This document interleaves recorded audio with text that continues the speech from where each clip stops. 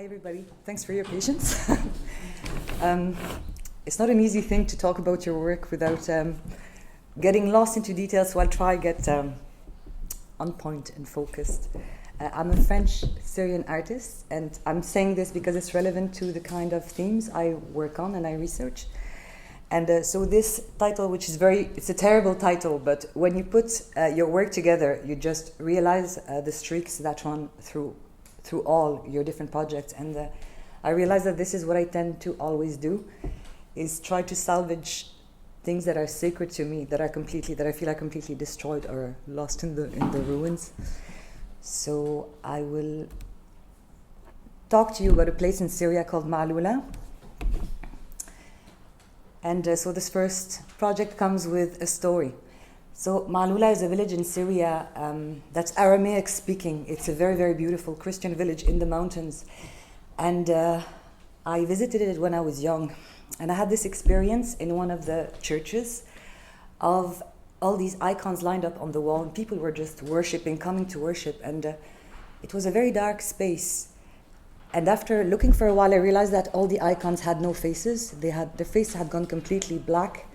And I didn't understand why. It was very eerie, because they were like surrounded by this gold around their heads, until I noticed that people were kissing them and touching them. And I realized that they had been erased from all this history of worship and love. And at the time, I remember thinking this was the most beautiful thing I had ever seen. So a few years later, into the Syrian war, this is in Ma'loula as well. This is the same place, and ISIS had invaded this area, and they had destroyed all the faces of the icons. And it was a huge shock for me, because this memory of the first time seeing the facelessness, just these images defaced by love, this time they were defaced by hate, and it was an image I couldn't just get rid of. So I started working on it. There is one icon in particular. This is an icon from Ma'loula, and it's St. John the Baptist's head being taken to heaven by the angel Gabriel. And there's something quite violent about an angel's face being smashed in. So this image stayed with me, and I worked on rebuilding a face for the angel. So the suitcase it's all made of plaster, and it comes from an old Levantine tradition. So I'll show you the pictures. These are like 500, 600 BC skulls that were found in this exact same region. And it used to be a way to honor the dead. So the skulls would be just reconstructed, and people were given human traits again. So it was my way of doing this. Also, there's a plastered suitcase at the feet of the angel, full of broken faces. This comes from a line of a very famous Arab poem, which says, "My country is not a suitcase." And so this was a reference to just all the exile that followed this time in Syria. So I did a little bit of research on facelessness, and this is another series that I did, photocomposites. So the images are the images of women from the colonial era around the Arab world, and the faces are the broken statues that are around the European museums, specifically the British Museum as well. It's this history of colonialism, and it comes from noticing that along with defacing the statues of the ancient gods, there was the covering of the faces of the women too. And there's something in refusing to see the other and refusing to see the past as well, erasing the past, that really struck with me, because I see it as a form of colonialism. ISIS in Syria is a form of colonialism, the way there's a long history of French and English colonialism in our region. And I did some research, so here they are. I did some research on the philosophy of face-to-face with the other, and I found the writings of Emmanuel Levinas, who's a French philosopher, and he wrote a whole body of work about the encounter with the face of the other. And the way he said it, and this is exactly what I was trying to touch, is that when you encounter the face of the other, there is a responsibility that you encounter towards the other. And it is the encounter with the commandment, do not kill. So it made perfect sense to me that when you erase this, then everything is allowed. So this is a completely different piece of work. So it's a video performance I did in 2020, and it's based on an encounter I had in Bosnia with a woman in the countryside. So I was visiting this country with a Bosnian friend of mine, and there was an older lady in front of her house who invited us in to just serve us some coffee. So we went into her house, and they were talking in Bosnian for a very, very long time, and they both started to cry, and I had no idea what they were talking about. So I was left in this silence, and every now and then they would translate to me, and she was telling the story of her son who was killed in her potato field, just outside of her house during the war. And her husband came back and bought potatoes from that field as she was telling the story, and she started making us a potato pie, which is a traditional dish from Bosnia.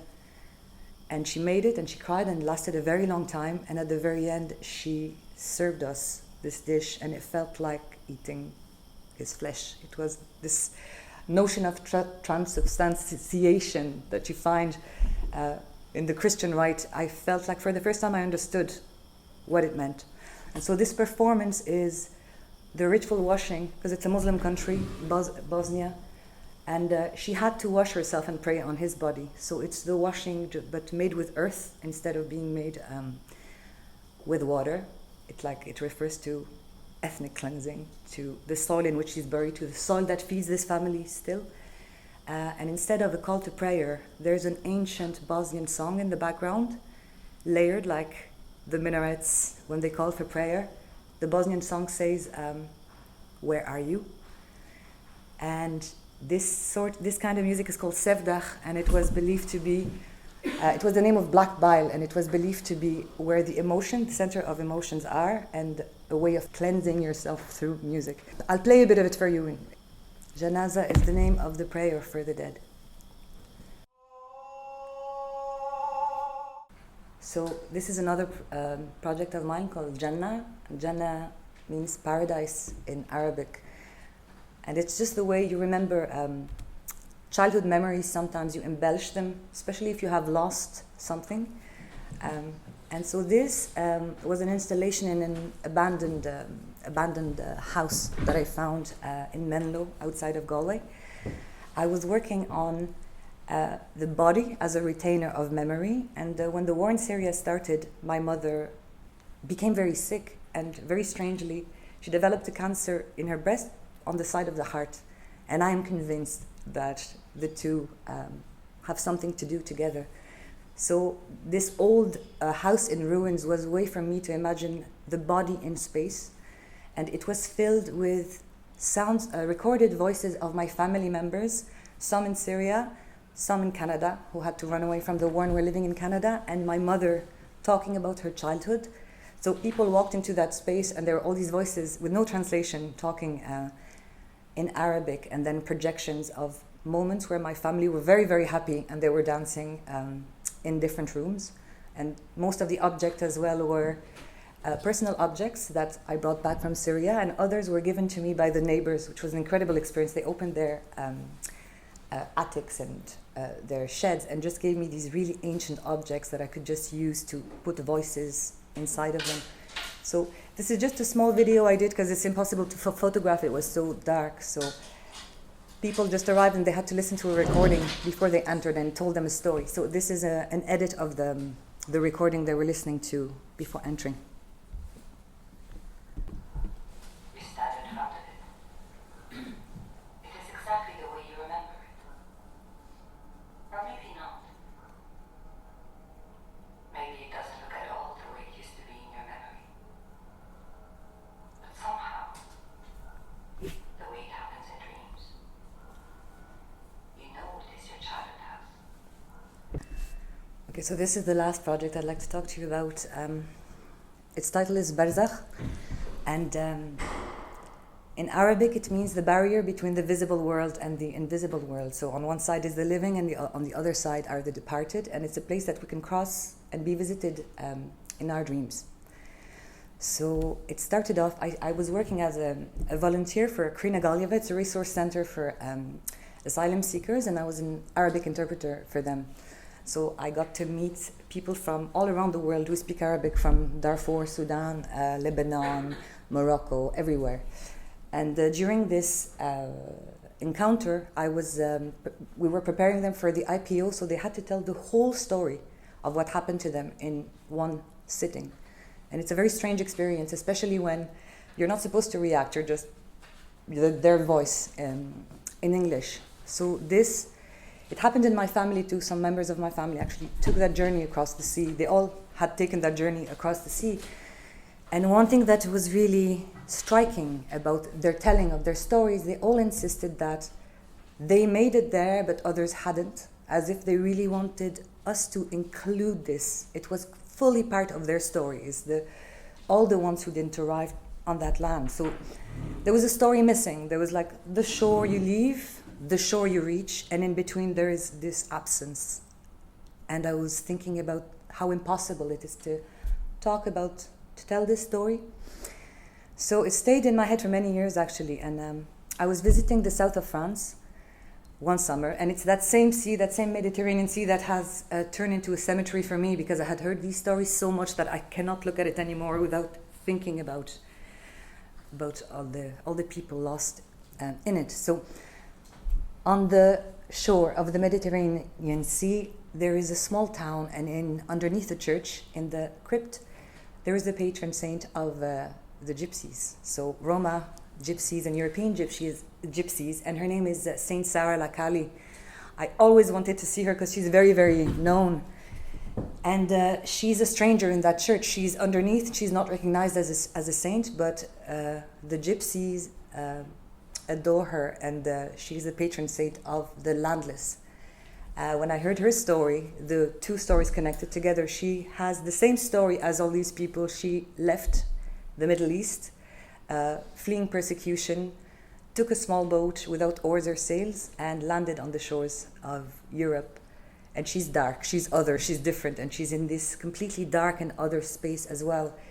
And there was something very beautiful about the way people interact with them. There was just so much tenderness. I was not used to seeing things like this. So they layer and they offer all these beautiful cloths. So they cover her so much, sometimes only her eyes show. And it's as if she was consoling them, but it felt as well as if they were consoling her. And the idea that maybe there was a way to tell that story, a way to find some symbolic consolation through the myth and the sacred, instead of trying to tell the story in a linear, impossible way. Oh yeah, and so this is how she returns to the water. She is returned to the water, and everybody just walks in with the horses. And there was something very beautiful about it, and it made a lot of sense with the story I was trying to tell myself. So I was trying to find a way to link these two stories together until I found that word barzakh, which my brother, who's very spiritual and religious, told me about. And then it was like an illumination that it is you have to design a barrier between two worlds that you would cross.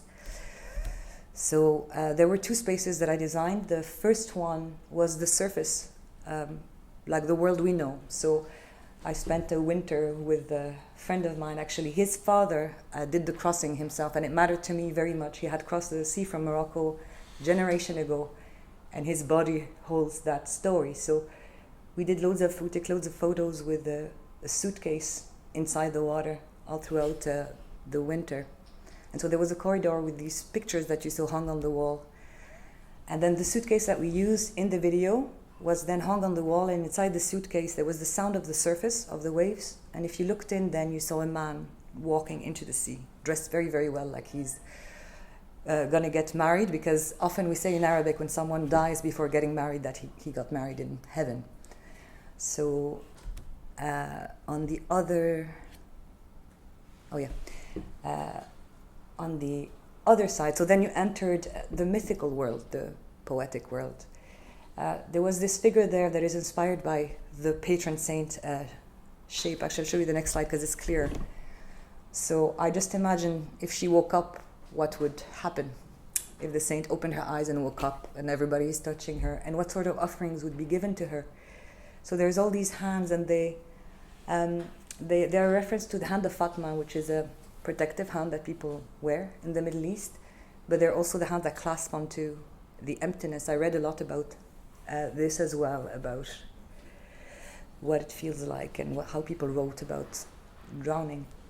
So her face was an animated face. This is a sculpture that was standing in space. See if I can get that just to give you an idea. So originally I wanted seawater to come out of her face. It wasn't possible to do so. It became this sort of imagined, almost fairy tale-y visual. So it was like imagining these creatures, these transformed bodies, because they're just impossible to imagine. So this one is like, same, it's inspired by the same shape, but it's also inspired by the shipwrecks and the rusted metal. I use rusted metal and ores I made, which are burnt as well. And suspended in the middle is a face, which is also resembles the death mask. So plaster face on a bed of lead. This is a reference to the Persian miniatures. They used to use silver to draw the sea. It was just a code in their way of representing water. And as time passes, it oxides and becomes emptiness. So you see these strange images of ships floating in the emptiness because the silver has completely disappeared. It is lead because it is suddenly this beautiful silver is just something really toxic. But it's also held in balance and it's just on the point of capsizing. So everything, the head, is just holds the oars, and if it just moves a little bit too much, everything falls over. Another part of that second space was a projection. So I went and recorded the sound underwater of the waves on the shores of Galway, and I followed the name of Sarah Lakali, who is the name of the patron saint. Historians believe that it goes back to India and the goddess Kali, who is the goddess of destruction and creation, who is completely black and has many arms too. So it's imagining this creature or this being transfigured by the sea and a horizon that is unstable and moves. I interviewed my cousin actually, who crossed the sea, and I asked him, what were you thinking about in the middle, when you were in the middle of the water? And he said, I thought about the unreachable shore. This is the only thing I thought about. So I'll just show you just the sound of it, because this is the underwater sound of the waves. Okay.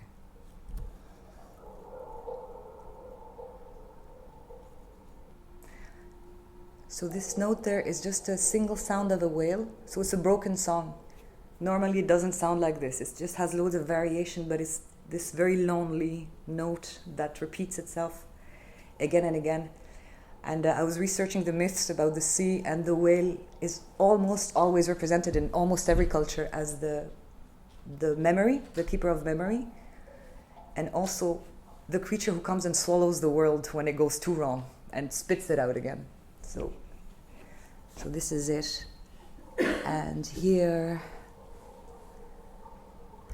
so this is the second space. I'll show you actually a walk through the exhibition. It's easier to understand. There was another story that really stuck with me. Is I asked people, what was the first thing you did when you arrived? And they all said, I looked for a phone to call home because the family is waiting and they imagine everything. So in that space, there was also an old telephone, and if you picked it up, you could hear the verse of resurrection. Because these people in these boats, I was told by everyone, what do you do? They're in complete darkness, and they all said, they just pray.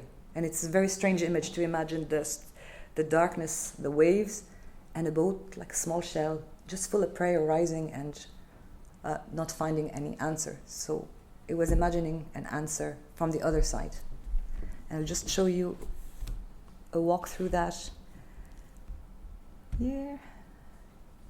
Yeah, so this is just a quick walk through the space itself.